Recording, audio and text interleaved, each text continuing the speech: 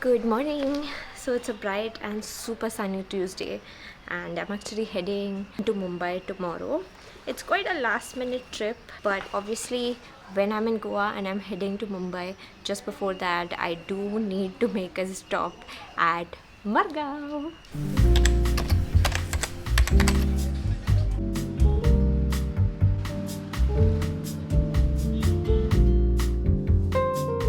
So that's where I'm going today, and I was like, let me vlog my proper Margao trip and show you guys like important shopping before going back to Bombay.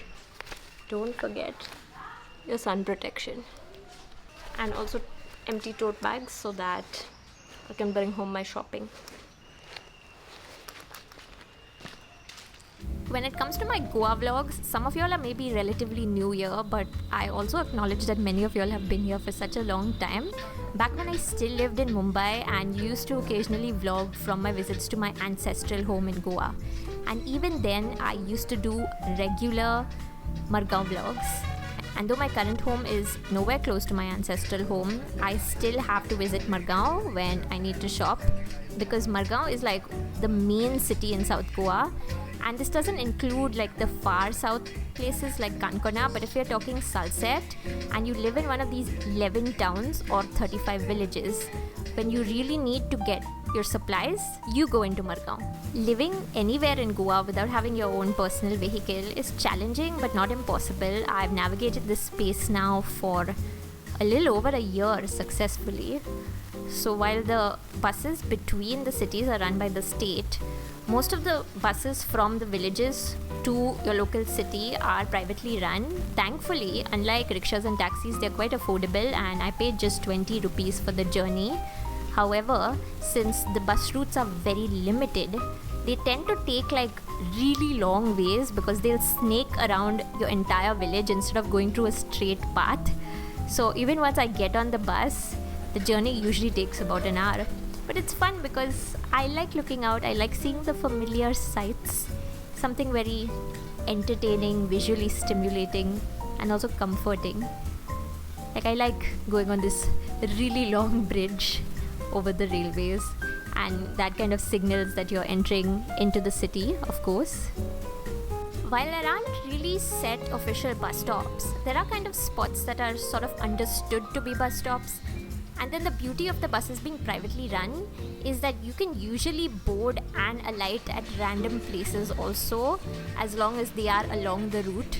So here, since I wanted to get off early, I was waiting by the door, but you need to get off really quickly if you're asking for a random stop, and they won't always agree. To Margao. I still remember when I first started coming to Margao on my own, I used to get really confused, and I would look at Google Maps all of the time because I don't know, the directions confounded me. But now that I've been coming for a few months, I don't have to look at Google Maps anymore. I know where I need to head. That gives me confidence. I mean, it's a very beautiful planned city, but when you come as a child blindly because you're coming with your mum, you never pay too much attention to anything until you really have to. My first stop in Margao is this small bakery cum like quick service restaurant that I've even taken my friends to, so you might have seen it in a previous vlog. It's called Breakfast King in Asio. I really love their food, although they are very grumpy, so they intimidate me because even when I'm nice to them, they just seem like very angry people. But the rolls and burgers here especially are delicious, and whenever I come in, I'm always taking like a bag full out of there. I always stop to look at the shop because of the name, and before you ask, no, I'm not related to them. And I also saw that one of these local bars had fresh urak because I made this vlog in early summer, and I really wish that spaces like this weren't so closed off to women so that I could experience them too. The next important stop for any Goan Catholic is to go buy some choris. We tend to be loyal to our favorite choris shops. I almost want to gatekeep mine, but we've been going to JM Moraes for a good few years. It's just next to the Kolva Circle. Choris are pork sausages, and while the roots might be Portuguese, when it came to Goa, the recipe was adapted, and it's very much a Goan thing right now. You can get some of them by weight, but this one you can see that they sell it by number. We tend to buy in the hundreds, but you can get smaller amounts like 50 or probably even 10 if you really wanted them. Goan choris is pretty high on spice and a total flavor bomb. The addition of the vinegar means that it'll keep for a very long time, especially if you store it in the fridge or freezer. We have our stash at home, so this was gifts for my Mumbai friends. My mum makes the most bomb choris pulao. Let me know if you would like me to make a video and share her recipe. It's really simple, but it's also so delicious. Hello, so I am quite relieved now because I finished the first phase of my shopping, which you guys saw, the baked goods and the sausages, because those are both of the things that I needed to come into Margao early for. They start in the morning. By noon or so, they often wrap up. There's nothing remaining, so that is what stresses me out a little, but it's done and it's good. We have our goods secured. My bags are starting to fill up. I love that. So I'm now just standing by like the famous Holy Spirit Church in Margao, which is this really gorgeous grand church in the heart of Margao. For the longest time I never knew the name of this church because I just knew it as my mom's uncle's church. Mom used to always tell me the name, but she used to recount how her uncle, my grand uncle, was the parish priest at this church and he was very strict.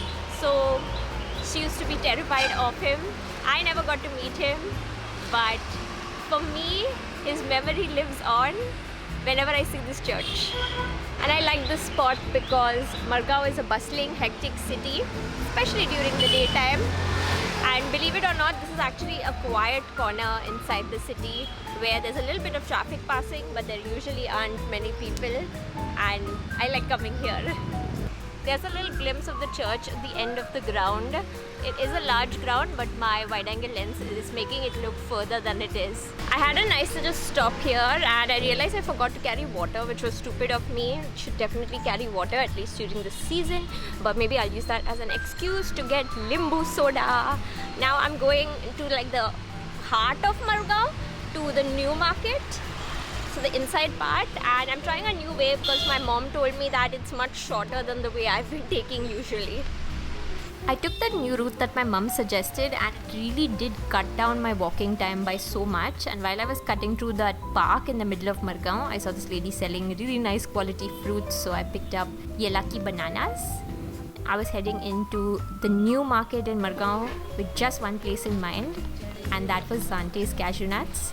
Cashew nuts are famous produce from Goa, but we are always loyal to Zante's. They are pricier, but the quality is much better.